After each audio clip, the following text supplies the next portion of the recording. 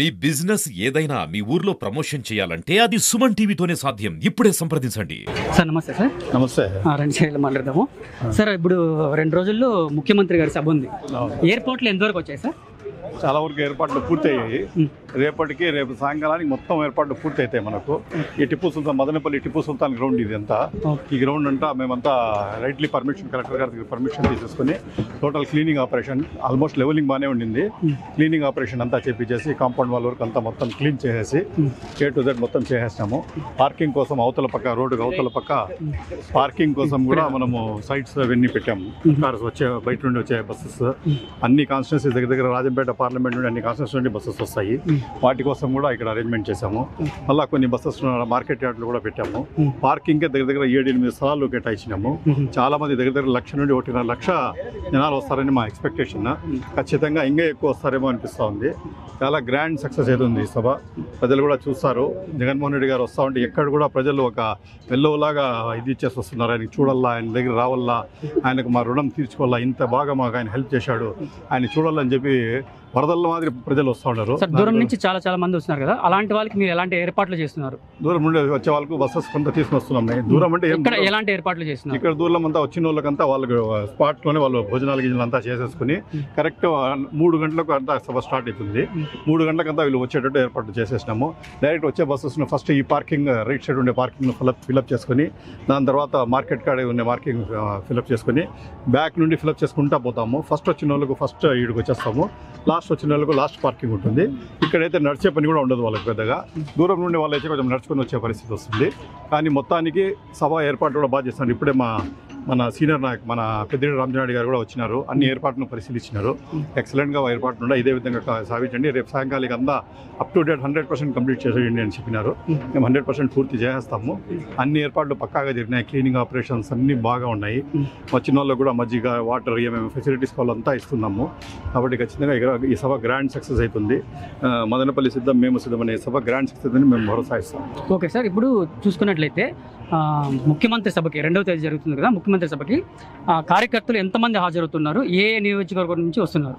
ముఖ్యంగా మదనపల్లి దగ్గర రాజంపేట పార్లమెంట్ నుండి అందరితో ఎక్కువగా వస్తున్నారు. ముఖ్యంగా మదనపల్లి కాన్స్టిట్యున్సీ, తర్వాత తమ్మడపల్లి కాన్స్టిట్యున్సీ, పీలేరు కాన్స్టిట్యున్సీ, రాయచోటి, తర్వాత వచ్చి కోడూరు, ఇది రైల్వే కోడూరు, తర్వాత రాజంపేట, ఈ కాన్స్టిట్యున్సీ నుండి ప్రజలు వస్తూ ఉన్నారు. ఈ మా ముతునన్న పార్లమెంట్ కాన్స్టిట్యున్సీ నుండి వీళ్ళకి ఇక్కడ పెట్టినాము. అందరూ కూడా దూరం నుండి వస్తారు. ఎక్కువగా మంది వచ్చిన మదనపల్లి వాళ్ళే 50% వరకు మదనపల్లి వాళ్ళే వస్తారు. ఇంకా బ్యాలెన్స్ ఉండే వాళ్ళు మిగతా కాన్స్టిట్యున్సీ కూడా వస్తారు. దూరం నుండి వచ్చే వాళ్ళు కొంచెం కష్టము, ఎండాకాలం ఉంది కాబట్టి దూరం నుండి కూడా వాళ్ళు చాలా మంది బస్సెస్ పెట్టి అందరూ వస్తామని రెడీగా ఉండరు. కానీ మేమే మదనపల్లి వాళ్ళకి ఎక్కువ అవకాశం ఇవ్వండి. సభ ఇక్కడే జరుగుతుంది కాబట్టి మదనపల్లి వాళ్ళకి ఎక్కువ అవకాశం ఇస్తున్నాము. మిగతా 50% అందరికీ అరేంజ్ చేసేట్టు, అన్ని కాన్స్టిట్యున్సీ కవర్ అయ్యేటట్టు చూస్తాను. Okay sir. ఇప్పుడు త్వరలో సార్వత్రిక ఎన్నికలు రానున్నాయి కదా. ఇప్పుడు తెలుగుదేశం పార్టీ చూసుకున్నట్లయితే, అలాగే జనసేన పార్టీ చూసుకున్నట్లయితే, అలాగే బీజేపీ చూసుకున్నట్లయితే వీళ్ళందరూ ముగ్గురు కూటమిగా ఏర్పరచుకున్నారు. ఈ అన్నమయ్య డిస్టిక్ నుంచి మీరు ఎలా వాళ్ళకి పోటీని ఇస్తారు, అది చెప్తారా? అన్నమయ్య డిస్ట్రిక్ట్ నుండి నాకు తెలిసి వచ్చింది 7 కాన్స్టిట్యున్సీస్ వైఎస్ఆర్సీపీ స్వీప్ అయిపోతూ ఉంది. దానికి మూల కారణం ఏమంటే ఈ తెలుగుదేశం కానీ, తర్వాత జనసేన కానీ, బీజేపీ కానీ వీళ్ళు ముగ్గురు కలిశారు. ఎక్కడ టాప్ లెవెల్లో ఢిల్లీ లెవెల్లో పోయి చేతులు కాళ్ళు పట్టుకొని ఏదో రకంగా వాళ్ళు ఢిల్లీ లెవెల్లో కలిశారు. కానీ బేసిక్ లెవెల్లో, గ్రౌండ్ లెవెల్లో కార్యకర్తలు ఆ కలయిక లేదు. క్లియర్గా డిస్ప్యూట్ కనిపిస్తూ ఉంది. ఈరోజు ఒక పార్టీకి టికెట్ కేటాయిస్తే అవతల పార్టీ వాళ్ళు అందరూ మా పార్టీలో చేరుతూ ఉన్నారు. కాబట్టి దీన్ని బట్టి చూస్తూ ఉంటే ఖచ్చితంగా ఒకరికి ఒక కోఆపరేషన్ గ్రౌండ్ లెవెల్లో లేదు.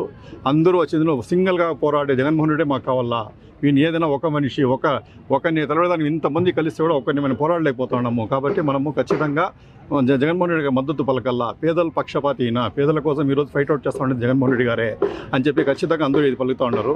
నిన్న కూడా ఒక ఇదేమంటే కోర్టులో కూడా కేసు వేసేసి మన వాలంటీర్లు అవ్వాతాతలకు ప్రతి 1వ తేదీ పెన్షన్ ఇచ్చేవాళ్ళు. ప్రతి 1వ తేదీ పోయి తలుపు తట్టి, మేము కూడా మొన్న దీంట్లో పర్యటనకు పోయేదానికి పోయి తిరిగి చూసినాము. చూస్తూ ఉంటే చాలామంది అవ్వాతాతలు వచ్చిన బెడ్ రిటర్న్ ఉన్నారు.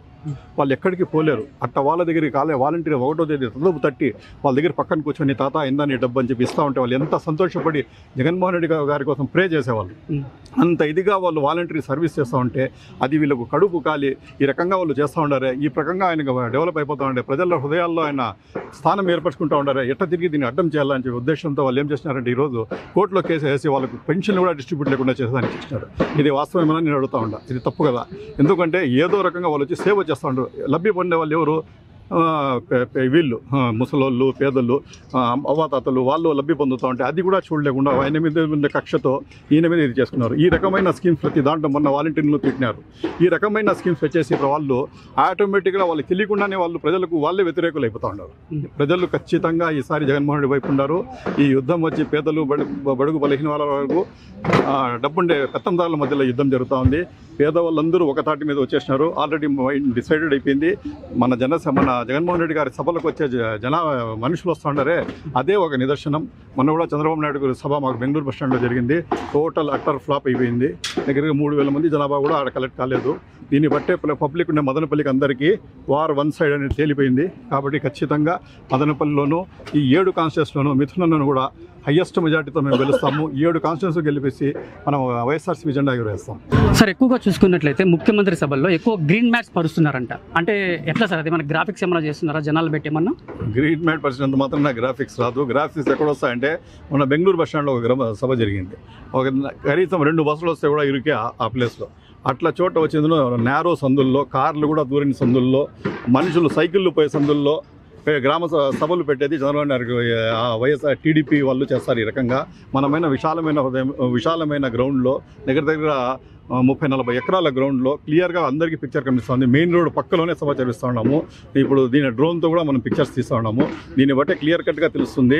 వాళ్ళకి ఏమంటే ఇప్పుడు వాళ్ళు గ్రాఫిక్స్తో చేస్తూ ఉంటారు కదా, వాళ్ళే వచ్చేసి వీక్షించని న్యూట్రల్గా ఎవరో టీమ్స్ రాని వచ్చి చూడండి. ఖచ్చితంగా మనుషులు వచ్చినారా లేదా అని వాళ్ళకే తేలిపోతుంది. దగ్గర 1200 బస్సులు మేము ఆర్టీసీ వాళ్ళ దగ్గర నుండి తీసుకొని మన మొబిలైజేషన్ కోసమే పెట్టాము. ఇంత గ్రాండ్గా అవి పెడతా ఉంటే కూడా ప్రజలు ఇంకా మాకు ఇష్టూరాలు చేస్తూ ఉన్నారు. మాకు ఇంకా బస్సులు పంపించండి, మేము రావాలా, జగన్మోహన్ రెడ్డి గారు మేము చూడాలా, ఆయన ఎప్పుడు మనము నెక్స్ట్ ఎలక్షన్స్ అయిన తర్వాత చూడడం మన దగ్గరికి వచ్చినాడు ఆయన, మేము కనీసం ఆయన సభకు రావాలని చెప్పి చాలామంది ఉత్తేజంగా ఉన్నారు. క్లియర్ కట్గా ఎవరైనా చెప్పే వాళ్ళందరూ వాళ్ళు ఏమంటే కడుపు మంటతో అట్లా చెప్తారు. కానీ యాక్చువల్గా అట్లాంటివి ఏమీ లేదు.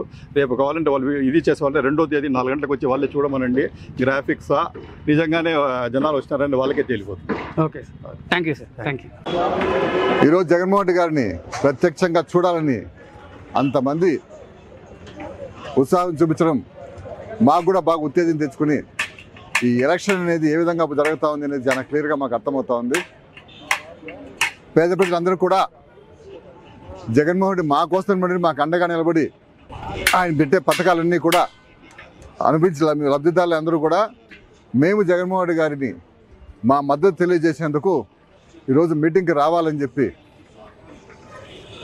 మాకు చాలా ఎక్కువ ప్రెజర్స్ కూడా వస్తున్నాయి. అంటే దానికి కావాల్సిన అరేంజ్మెంట్ చేసేందుకు, అదేవిధంగా వాళ్ళందరికీ ఇక్కడికి వచ్చేదానికి పర్మిషన్స్కు వీటన్నిటికి కూడా మాకు చాలా ప్రెజర్ ఎక్కువ అవుతుంది.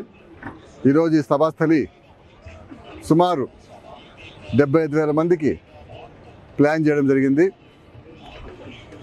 అయితే ఈ సభ ఇప్పుడు మాకు వచ్చే ఈ ప్రజల్లోంచి ఆ సపోర్టు అది చూస్తే ఈ సభ సరిపోతుందా, ఈ ప్రాంగణం సరిపోతుందా అని మాకు అనుమానాలు వస్తున్నాయి.